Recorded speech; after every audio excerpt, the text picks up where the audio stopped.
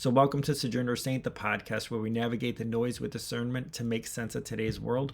Today, we're going to be diving into a topic that's equal parts physics, policy, and common sense crash test dummies. Specifically, we're going to talk about the adult female crash test dummy. So, buckle up. So, the following video had made its rounds about a year ago, and it's cropping up every now and again.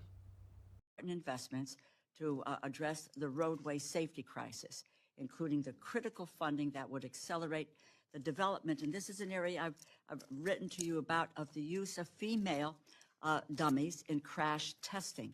This will start to fight the gender inequity among vehicle safety and crash victims. So I get it. It's a purple-haired woke person talking about the equity of crash test dummies, but let's navigate the noise.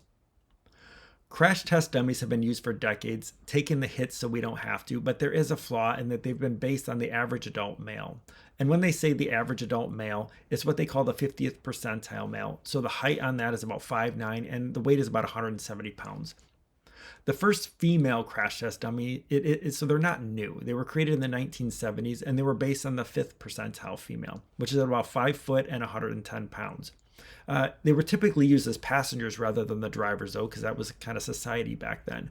But because of that, we have less data on how women experience crashes as drivers. The body structure was also simply just a scaled down version of the male dummy. We know that human anatomy doesn't work that way, so women have different muscle distribution, bone density, and even center of gravity. So all of these factors, though, affect how bodies react on a collision, and we just can't ignore that biology. So let's go into a brief history of crash testing. So the first crash tests involve human volunteers. Sometimes they'd even jump out of the vehicle right before the crash. But then cadavers were also used, but they don't react the same way as living people do. And it's kind of hard to measure the survivability on, something that's already dead. Animals, including primates and pigs, were also used. Pigs were more common since their internal organ structure is pretty similar to that of humans. So the crash test dummies, they originated in the 1940s when they were developed for the U.S. Air Force to test aircraft ejection seats. The first one was actually dubbed Sierra Sam after its inventor, Samuel Alderson. They were modeled after a full-grown man, as they were the primary drivers. Eventually in the 70s, though, it included the whole family, so a male, a female, and child sizes. So let's take a look at the current state of crash testing. So most crash testing still focuses on the male dummies. Even though a 2019 study found that women are 73% more likely than men to be seriously injured in a car crash. Why? Because the safety measures are still optimized for those male bodies. So when people are saying, why do we need to talk about, female crash test dummies? The answer is simple. It's women are dying unnecessarily. And that's not hyperbole, that's data.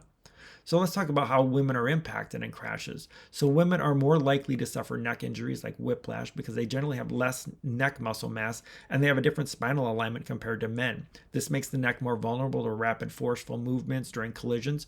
They have a high risk of chest injuries due to the differences in the rib structure, breast tissue, and less muscle protection over the chest area. Seatbelts, they are life-saving, but they can cause bruising or fractures in these areas more frequently for women.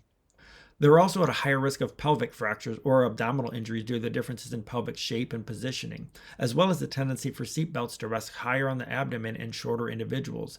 Their smaller stature and shorter legs can lead to more leg and foot injuries during frontal crashes because the proximity of them to the dashboard and pedals is different. Studies suggest that women are more likely to suffer severe trauma in crashes, potentially due to misalignment of safety features like airbags and seatbelts, which are still optimized for male anatomy. The non-fatal injuries can lead to disabilities and a lifetime of suffering for the women. So let's take a look at where female crash test dummies are making the news. So on the tech side, the Swedish National Road and Transport Research Institute in Sweden, there's a group of researchers led by Dr. Astrid Linde. In 2022, they've prototyped the new female crash test dummy that represents about 25 to 50% of women. So it measures about 5'3" and weighs 137 pounds. It also includes narrow shoulders and wider hips to more closely match female proportions. In the U.S., we have the She Develops Regulations in Vehicle Equality and Safety, also known as the She Drives Act. It's a bipartisan bill introduced in the U.S. Senate on May 9th of 2024 by Senator Deb Fischer of Nebraska, and it has co-sponsors from Senators Pat Murray of Washington, Tammy Duckworth of Illinois, and Marsha Blackburn of Tennessee. The primary objective of the She Drives Act is to ensure that safety tests incorporate dummies representing a broader range of body types.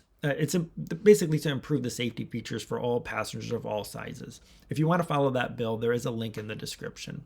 So I want to thank you for joining me on this episode of Sojourner Saint. So if you enjoyed today's deep dive into the world of crash test dummies, be sure to subscribe, turn on notifications, and leave a comment.